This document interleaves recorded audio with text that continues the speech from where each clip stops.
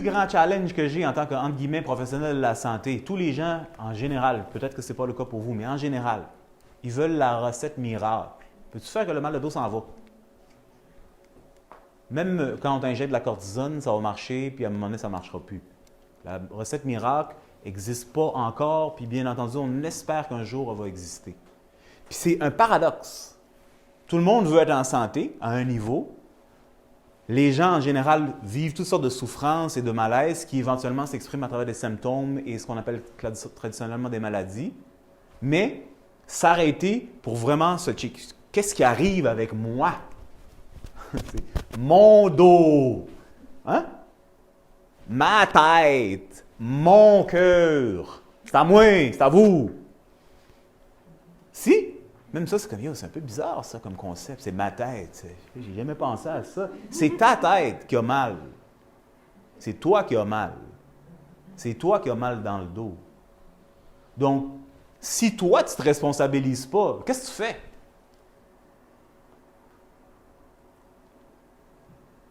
Ce que je dis, c'est deep. Je ne sais pas pourquoi aujourd'hui c'est comme ça. Ça doit être la conversation que j'ai eue au début. C'est deep. Je vous le dis, je suis straight aujourd'hui. C'est profond. Moi, je le vois, c'est comme, hey, tu veux prendre soin de toi, il faut que tu apprennes. Il faut que tu apprennes, c'est ton corps. Puis ton corps est brillant. Donc, si tu n'as pas d'intérêt à le découvrir, puis comprendre qu'est-ce qui se passe avec toi, qu'est-ce que tu vas faire? Bien, tu auras mal.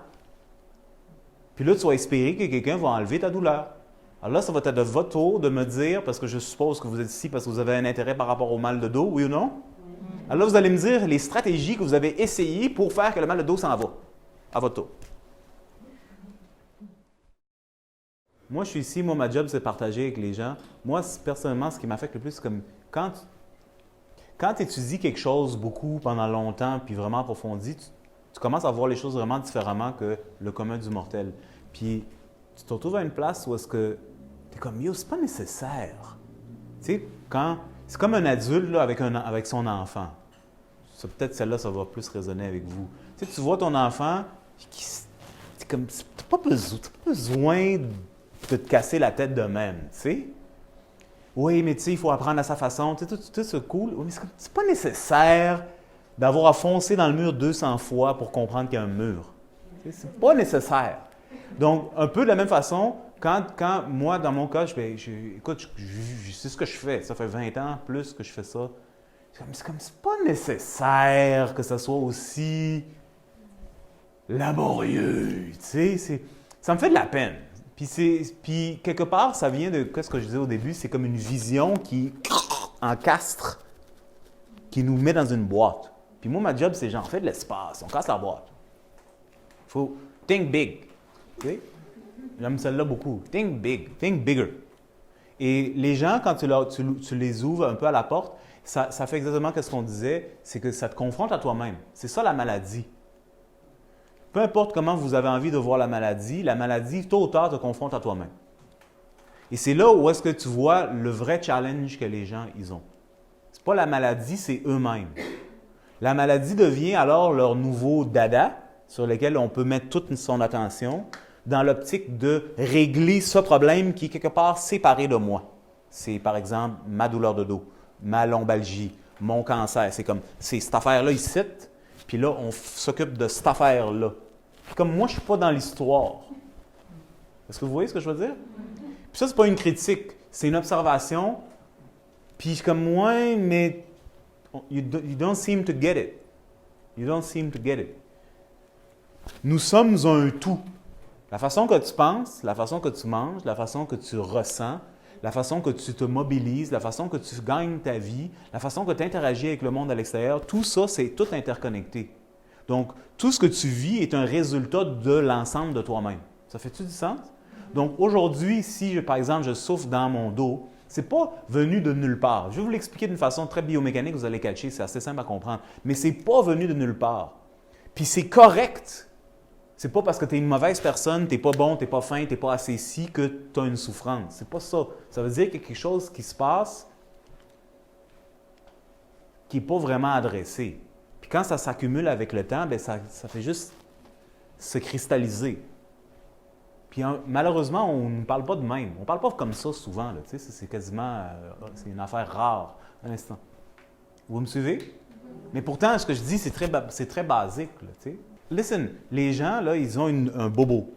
Et le bobo, quand tu passes à travers le système médical, on te le diagnostique, on lui donne un nom. Tu vas sur Google puis tu lis dessus. Ça, c'est fait de molécules, de chimie.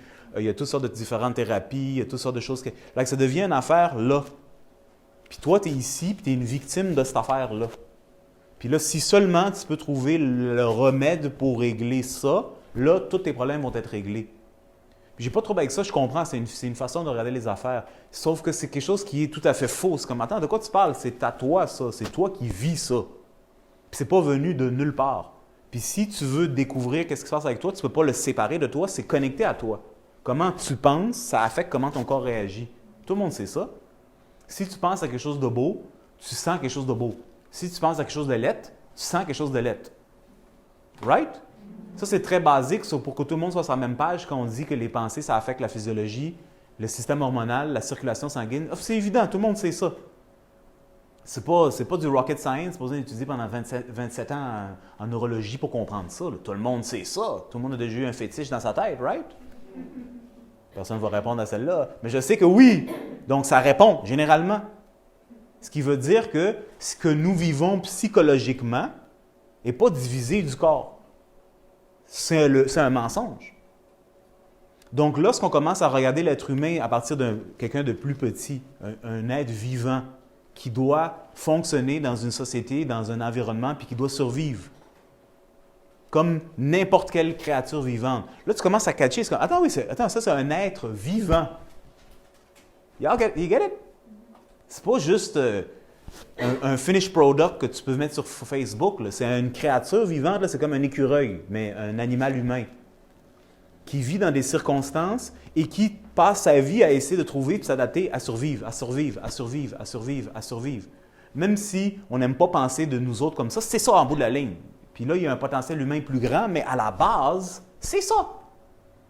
Et on veut enlever ce côté biologique parce qu'apparemment, ça nous rend sauvages et primal, sauf que c'est ce que tu es. So, au moins à un niveau. Et puis pour comprendre la santé, tu peux pas. Si tu veux comprendre comment le corps fonctionne, bien, il faut regarder les choses à la base. Là, parce que je ne vais pas te faire chier. Là, ton corps appartient au règne de la nature. Tout dans la nature a un objectif. Vous le savez, vous allez me le dire.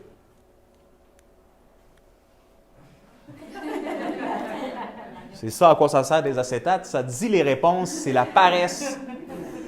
Tout dans la nature cherche à survivre en premier.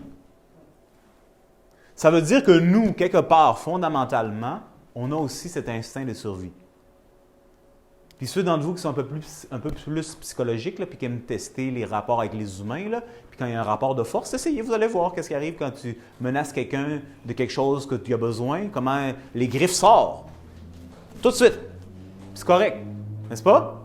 Quand ça sourit, c'est qu'on se comprend. Je suis content, c'est cool. So, à l'essence, l'être humain cherche à survivre. Et dans un environnement, il va faire qu'est-ce qu'il est capable de faire pour s'adapter. Donc, quand vous revenez à vous-même, puis vous vous souvenez un peu de votre histoire, sans entrer dans le drama, là, mais que vous avez un vécu. Tout le monde a un vécu. Bien, tout ça, ça ne laisse pas votre physiologie indifférente. Quand tu vis un traumatisme, parce que ce sont les circonstances de la vie, right? Quand tu vis une expérience forte, bien, ton corps réagit, il reçoit une impression. Oui ou non? Bien, quelqu'un qui fait ça, t'es pas sûr? Oui ou non? Quand tu vis une expérience, ça ne laisse pas une impression? C'est sûr. C'est de base, ça laisse une impression. Cette impression-là, ton corps a réagi. Donc, mettons que tu vis quelque chose qui est effrayant. En ostéopathie, on les traite. Quelqu'un qui vient à un accident. L'accident, il l'a eu à 1 an et demi. Là. Dans le tissu, tu sais, quand tu conduis, là, puis là, il y a un char qui arrive, là, puis pendant le 2 secondes que tu viens de catcher, que tu vas foncer dans le camion, là, à un moment donné, il y a ce moment-là, tu sais. Ça prend 2 secondes, mais c'est comme suspendu. Tout ton corps sait que là, tu vas te cogner dans le camion. Tout ton corps réagit. Tout. ta physiologie, il n'y a plus rien. T'es tellement, ça se passe, tout ton corps fait bam! Là, tu cognes dans le camion. Ça, là, ce strain-là, une fois que l'accident a passé, puis merci mon Dieu, on va dire, il n'y a pas eu quelque chose qui s'est cassé, puis il n'y a rien de traumatique, là, il n'y a pas de fracture, il n'y a rien d'hospitalisant. Mais ça, là, ça ne disparaît pas, ça reste là, ça devient imprégné dans le tissu. Parce que tout ton système a vécu quelque chose de tellement intense, ça fait ça. Tellement intense. Mais check ça. Là, je l'exagère, mais ce n'est pas exagéré. Tout ton système se tend. Right? OK, là, les choses se déposent, puis la tension superficielle commence à relâcher, puis là, tu redeviens sur Terre, tu bois un verre d'eau, tu prends un verre de vin, je ne sais pas ce qui se passe, mais le fright, la peur de la mort immanente tellement intense qui est venue te chercher dans le plus profond de tes entrailles, qui t'a fait penser à ta mère, tes 2 enfants, qu'est-ce qui va se passer, tout ça, là, qui a été ramené à la surface en un instant, c'est là. Puis là, tu as mal dans le dos. Ça, c'est juste un exemple. Oui, mais pourquoi? Mais check tout ce que tu viens de vivre. C'est pas juste disparu. Les tissus du corps sont vivants. Est-ce que vous saisissez ça? C'est important à catcher. Les tissus du corps, c'est pas comme un dessin anatomique, c'est mort. Non, non, c'est vivant. Et la première qualité du vivant, c'est que ça répond. Quand un ostéopathe veut évaluer si votre corps est en santé, il l'évalue selon la réponse tissulaire. Comment tu sais que quelqu'un est mort? Tu lui donnes un coup, là, puis ça ne bouge pas. Soit il est dans le coma, il est trop pris de drogue, il est trop sous, je ne sais pas qu'est-ce qui se passe, mais il n'est pas vivant. La conscience n'est plus là. Quand quelqu'un est mort, ça ne respire plus, donc ça ne bouge pas, et il ne répond pas. Donc, si je veux évaluer un tissu, bien, tu touches, puis tu es comme... Ça, quand tu stimules ou tu crées tu invites à une réponse, le corps, il est comme « Hey, qu'est-ce que tu veux? C'est qui toi? Ah, c'est intéressant. Ah, merci. Ah, j'aime pas ça. » Des fois, c'est genre, il est comme ça. C'est un type de réponse. Tu sais, c'est le « fuck you ». Tout habillé en noir, non, rien. C'est un type de réponse. Il y a comme un dialogue qui se fait là-dedans. C'est comme non, non, non, non. Puis il y a des gens où c'est juste, tu peux presser jusqu'à demain, puis ça ne fait rien. C'est comme un autre système de défense. Donc, la qualité du vivant, c'est qu'il répond. Donc, chaque partie de votre corps, on va parler maintenant du squelette. C'est des os. Les os, c'est vivant. Les os sont mobilisés par des muscles, c'est vivant. Les muscles sont alimentés par des artères, des veines, un système nerveux, c'est de la tuyauterie qui est fait de cellules qui sont vivantes. Right? Tout ça réagit constamment à chaque instant. Avez-vous remarqué que quand il fait beau, généralement, on sent bien? Ben pourquoi? Ça a à faire avec moi? Parce que notre morale est meilleure. Pourquoi? Parce que c'est beau pour toi. Ben là, tu ne le sais même pas, tes yeux fermés. Là, tu le sais le matin quand il fait beau dehors, avant même que tu ouvres tes yeux, parce que tu peux le filer. Peut-être que ça vous arrive. Moi, je le sais. Ça peut être une pression atmosphérique, ça peut être... Ça peut très bien être ça. Il y a quelque chose dans l'atmosphère qui affecte moi, qui vit dans cette... Écoute, vous êtes tous... Quelqu'un ici déjà allé à Cuba, République dominicaine, dans l'océan. Là, tu es dans une place, puis là, c'est chaud. Tu sais, il y a un petit bout de l'eau, c'est chaud, right? Puis là, à un moment donné, tu bouges, puis là, c'est frette. Ça vous est déjà arrivé? Soudainement, il y a comme un courant, puis là, c'est vraiment froid, puis tu es comme « Ah, c'est drôle! » Il fait froid, puis là, tu fais à côté, puis c'est pas froid. Puis là, tu fais ici, « Ah, c'est chaud. » Peut-être que ça... Non? C'est juste moi? OK. Bon. Donc, quand l'atmosphère aquatique est frette, j'ai frette. Quand l'atmosphère aquatique est chaud, j'ai chaud.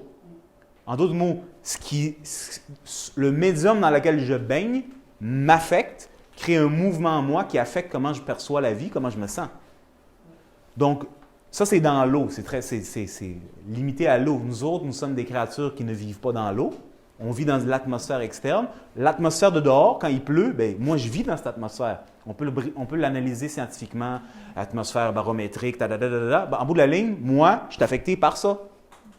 Mon corps réagit, les systèmes de pression dans mon corps réagissent, mon système nerveux, par conséquent, réagit. Quand il y a plus de lumière, ça ouvre quelque chose dans moi, ça fait circuler de l'énergie par défaut. C'est pour ça que l'été, on se sent d'une certaine façon, parce qu'il y a plus de chaleur, il y a plus d'intensité. ça génère plus d'ouverture, plus de circulation, plus d'énergie, plus d'éclosion, plus de mouvement.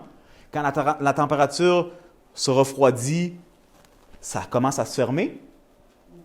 Les choses commencent à se constricter.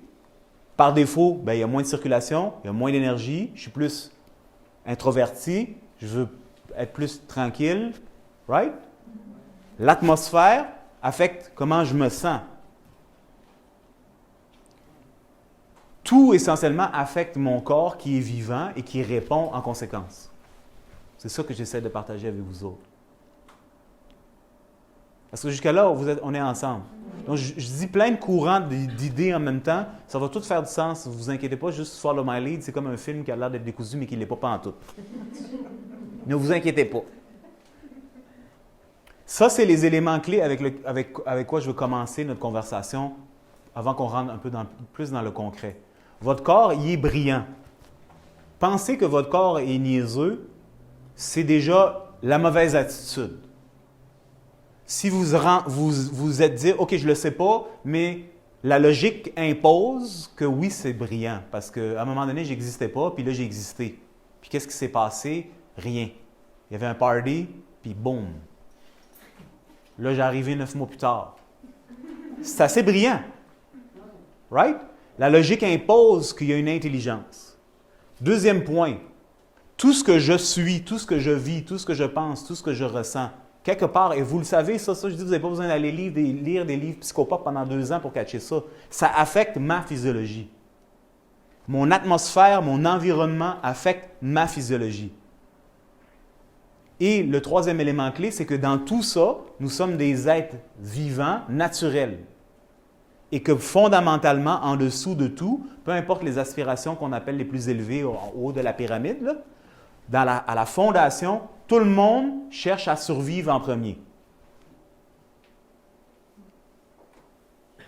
Donc, tout ce que tu fais, c'est pour réagir, agir, pour t'assurer à survivre. Et c'est comme ça que le système nerveux fonctionne. Et quand on va rentrer dans les détails du système nerveux, il faut avoir cette compréhension. Le système nerveux, il est bébé lala. Il n'est pas smart comme nous, là. Ça sonne bizarre à dire.